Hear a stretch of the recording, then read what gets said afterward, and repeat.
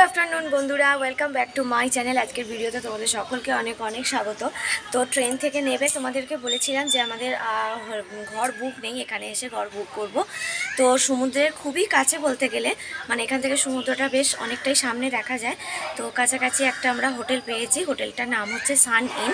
তোমাদের দেখাবো এই ভিডিওতেই, তোমাদের ছোট্ট করে আমাদের রুমটা দেখিয়ে দেব। তো ঘর এই যে বুক করে আমি এখন ঘরের বারান্দাটায় দাঁড়িয়ে আছি। আর আজকে যেহেতু জার্নি করে এসেছি সেই জন্য সেরকম কোথাও দূরে কোথাও ঘুরতে যাওয়ার প্ল্যানিং নেই, কারণ অনেক ভোরবেলা ঘুম থেকে উঠেছিলাম ট্রেন ধরার জন্য। তো এখন ঘর বুক হয়ে গেছে, এখন স্নান টান করে খেয়ে দিয়ে একটু ঘুমিয়ে নেব। তারপর বিকালবেলা যাব হচ্ছে ওল্ড দীঘায়। ওল্ড দীঘা সন্ধ্যেবেলার যে সুন্দর লাগে না, একটা মানে গোটা বিচটা জুড়ে বেশ অনেক দোকান বসে। আর ওল্ড দীঘা সমুদ্রের ধারে কিছু পার্ক করা হয়েছে, তো সেইগুলো তোমাদের সন্ধ্যেবেলা ওল্ড দীঘায় গিয়েই আমি দেখাবো। তো এখন চলো ছোট করে তোমাদের আমাদের রুমটা যে নিয়েছি, রুমটা কীরকম কী কত কী ভাড়া সেটা তোমাদের দেখিয়ে। আমরা ছিলাম হোটেল সান ইনে। সান ইন হোটেলটা বেশ বড়, রুমগুলো ছিল খুব সুন্দর, আর হোটেল থেকে সমুদ্রটা বেশ কাছে, মাত্র 1 মিনিটের হাঁটা পথ। আর হোটেলের মধ্যেই ছিল রেস্টুরেন্ট, খাওয়া দাওয়ার কোনো সমস্যা নেই।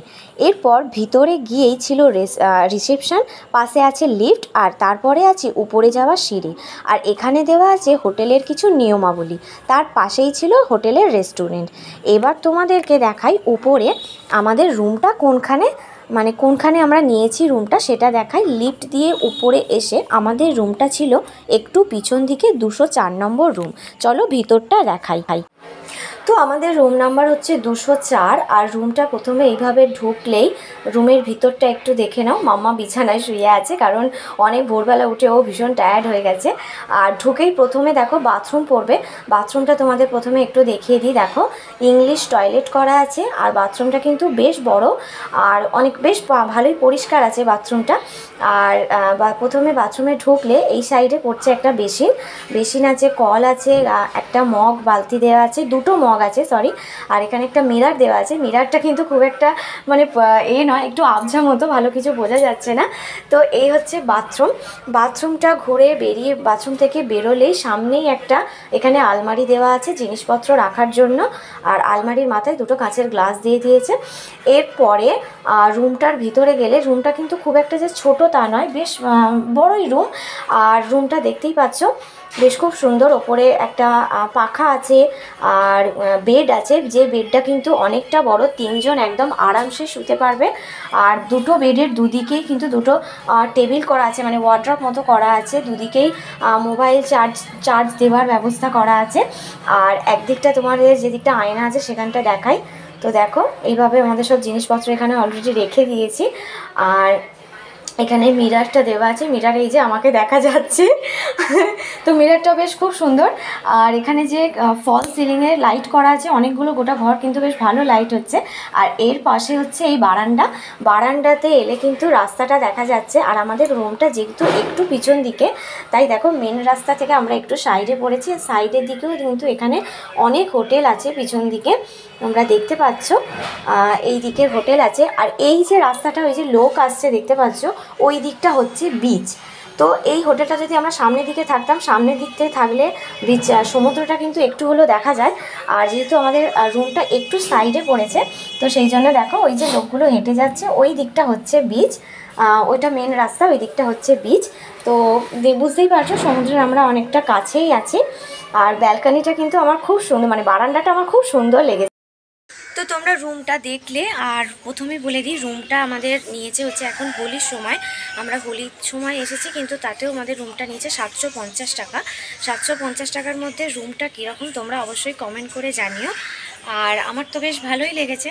তো এখন যাই হোক, এখন স্নান টান করে খেয়ে নিয়ে তারপরে একবারে বিকালবেলা যখন রেডি হয়ে বেরোবো, তখন আবার তোমাদের সঙ্গে দেখা। দুপুরবেলা জমিয়ে একটা ঘুম দেওয়ার পরে এখন সেজেগুজে বেরিয়ে পড়েছি, যাচ্ছি হচ্ছে ওল্ড দীঘা, কারণ সন্ধেবেলাটা এখন ওল্ড দীঘাতেই কাটাবো।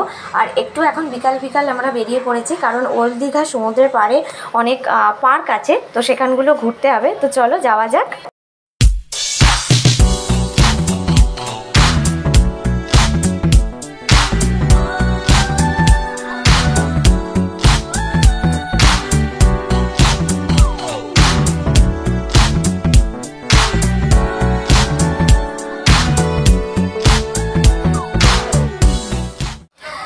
চলে এসেছি এখন ওল্ড দীঘায়। ওল্ড দীঘায় বিকালবেলা সমুদ্রের ভিউটা একবার দেখো, ভীষণ ভালো লাগছে। যে ঠান্ডা ঠান্ডা মানে নোনা যে হাওয়াটা গায়ে লাগতেই একদম মনটা ভরে গেল। আর সমুদ্রের ধারে এই যে ঝালমুড়ি, পাঁপড়, এগুলো তো জাস্ট কোনো কথাই হয় না। এরপরে হচ্ছে আমরা ওল্ড দীঘায় এসে, ওল্ড দীঘায় যে ব্লু ভিউ হোটেল আছে, তো সেই হোটেলের রাস্তা দিয়েই আমরা বিচে এসে আমরা বাঁ দিকে হেঁটে যাচ্ছি। একটু হেঁটে গেলে কিন্তু এই যে দূরে দেখতে পাচ্ছ আলোটা জ্বলছে, ওটাই হচ্ছে পার্কের গেটটা। মানে অনেক বসার জায়গা আছে, বাচ্চাদের পার্কে খেলার অনেক জিনিস আছে, তো এরকম করা আছে। তো চলো তোমাদেরকে গিয়ে দেখাই।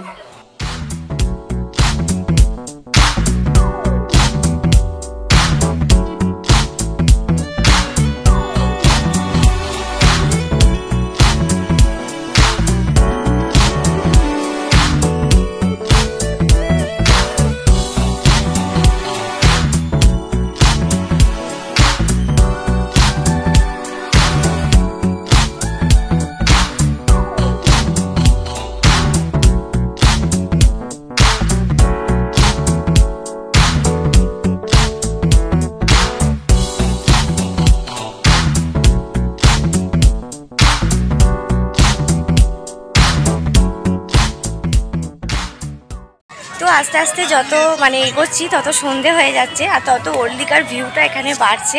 সব থেকে ভালো যে এখানের ওয়েদারটা, মানে হঠাৎ করে যে গরমটা পড়েছিল, তারপর কাল থেকে প্রচুর বৃষ্টি হলো, আর সেই জন্য এখন যে দীঘার মানে ওয়েদারটা আছে, ওয়েদারটা বেশ ঠান্ডা ঠান্ডা, আর রোদটা বেশ ভালো লাগছে। মানে এই সময় দীঘা বেড়াতে আসার মানে যে সময়টা ভীষণ ভালো একটা সময়।